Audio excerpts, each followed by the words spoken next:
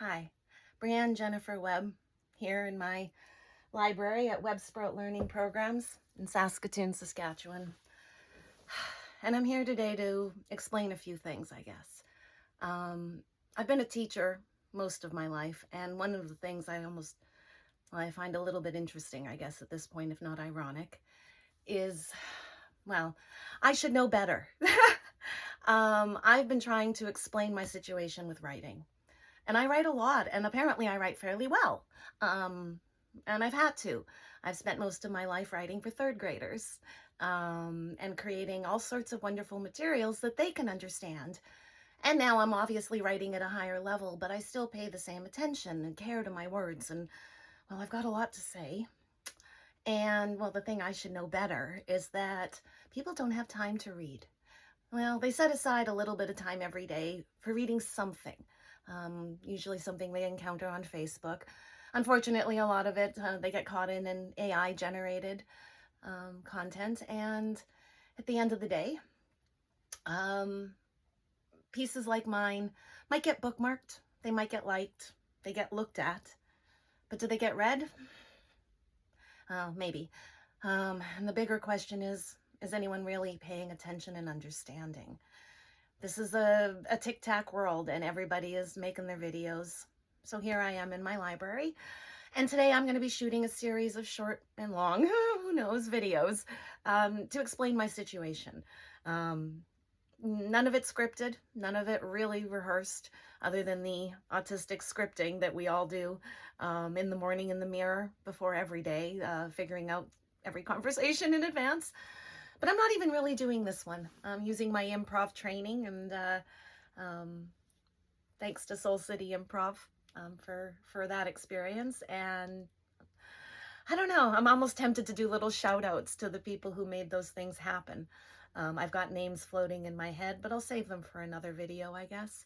Or in the comments, tag people. I'm not sure how to do any of this. I am making it up as I go along.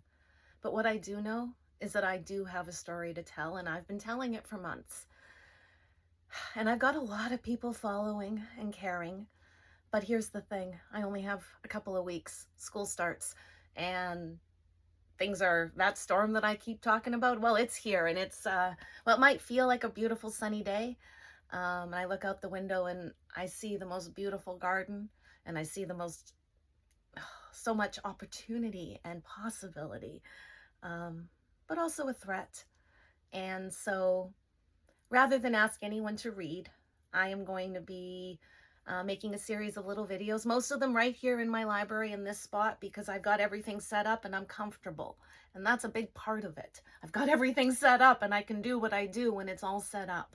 I have a lot of stuff, and this whole house has been transformed into a learning wonderland. I had 2 students visit with their mom yesterday, a friend from out of town. Unfortunately, the kids with wonderful Webb sprouts, but they're too far away. And their mom had told them that they were going to be visiting a school for today. And after about 2 hours here, hanging out and hiding little ducks everywhere, and just really settling into the vibe and spirit of the place, the girl asks her mom, "So when are we going to this school?" And I'm like, "Honey, everyone doesn't have a library like this in their house." Well, that's not quite what I said, but I'm thinking it like, and just my heart is filled with joy, pure joy that's the whole point. That when kids are here, they're learning, they're engaged, they're not at home in front of a screen. Even though I teach digital literacy and I've integrated technology into my third grade classroom from the beginning, really, as much as I could always, but never too much. And but I hardly use any of it here except where it really makes sense. And we don't just have idle screen time. And so kids are engaged and they're involved, and they don't even realize that they're learning. They're out of school, they're doing things, and learning is fun. And I've built this space for a purpose. And I'll tell you more about that purpose and the threat to WebbSprout in some of the upcoming videos. So please stick with me, be patient. I have a long story to tell, and something to ask at the end, because I can't do this alone. I need help. Um, there's a lot of ways you can help. Um, Referring students. Tell you more about the GoFundMe I set up in another video, and I'm sure I'll post the link here as well. Or, well, so many of my friends, hi guys, everybody out there, there's the collaborations and ideas and old students and parents and colleagues, and this whole planet is covered, speckled everywhere with people who I believe I connected with and who I'd love to reconnect, because you helped me build this. You might not know it, but this library is full of, and this house is full of the things I brought home and I used to build. And one of the biggest things I brought home are those connections and what I learned from them. And now I'm turning it all into one thing and asking for something else. Does that make any sense? It will by the end. I'm watering the web and helping the mycorrhizal network, the wood wide web that is WebbSprout. I'm helping it bloom, and I'm asking you to join me.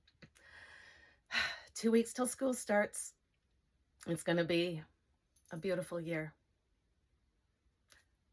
Thanks.